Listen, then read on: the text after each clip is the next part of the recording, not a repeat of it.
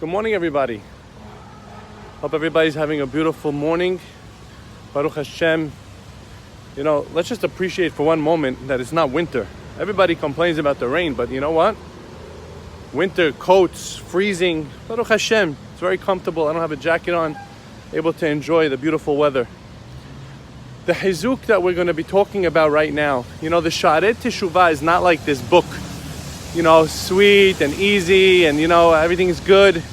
The idea of the Sha'arei Teshuvah is to motivate us to make Teshuvah, to make changes in our lives.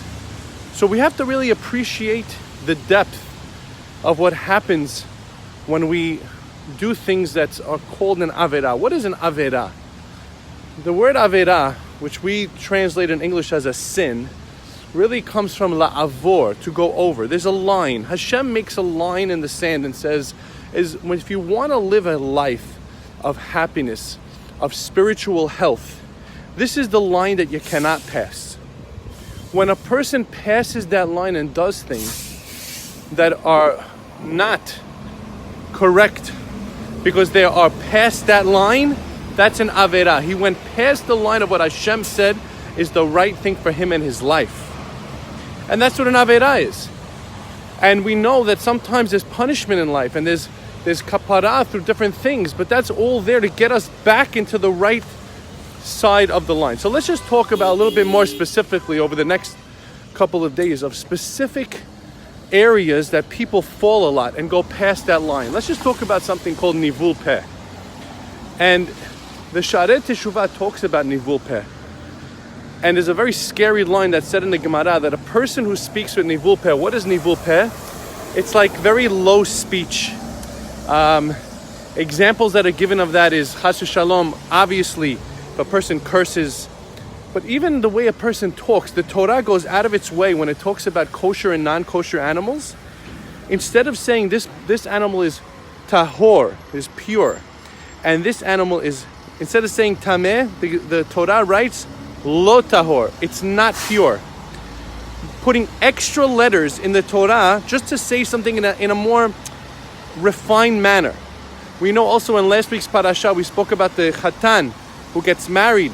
He's naki, he's clean from all service in the army. And I saw a perush that says over there the word naki, you know what it's saying? That you have to speak in a clean way. You should never talk about what's going to be happening with the bride and groom on the table in such a coarse way. And the way we speak about anything, you need to speak in a refined manner. In fact, the scary thing the Gemara says, I mentioned before, is that if a person speaks with nivul peh in this like a low, coarse type of speech, cursing and nasty and that, even a edict of 70 good years for a person is abolished. I also saw another Gemara that says that there's another level of Gehenam that is prepared for that person. And what's the reason why it's so serious, nivul peh? Coarse, not nice, very unrefined speech. Because the mouth is one of the greatest gifts, and speech is the greatest gift that a human being could possibly have. And you're taking that beautiful gift and you're lowering yourself lower than even an animal, because an animal, he doesn't speak that way. He doesn't speak. But a human being, to take something that has so much kedusha, so much potential, when you go to the flip side, the punishment is that much more serious.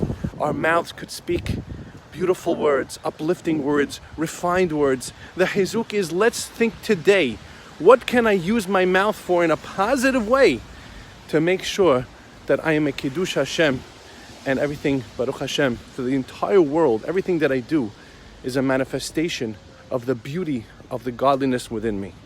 Have a wonderful day.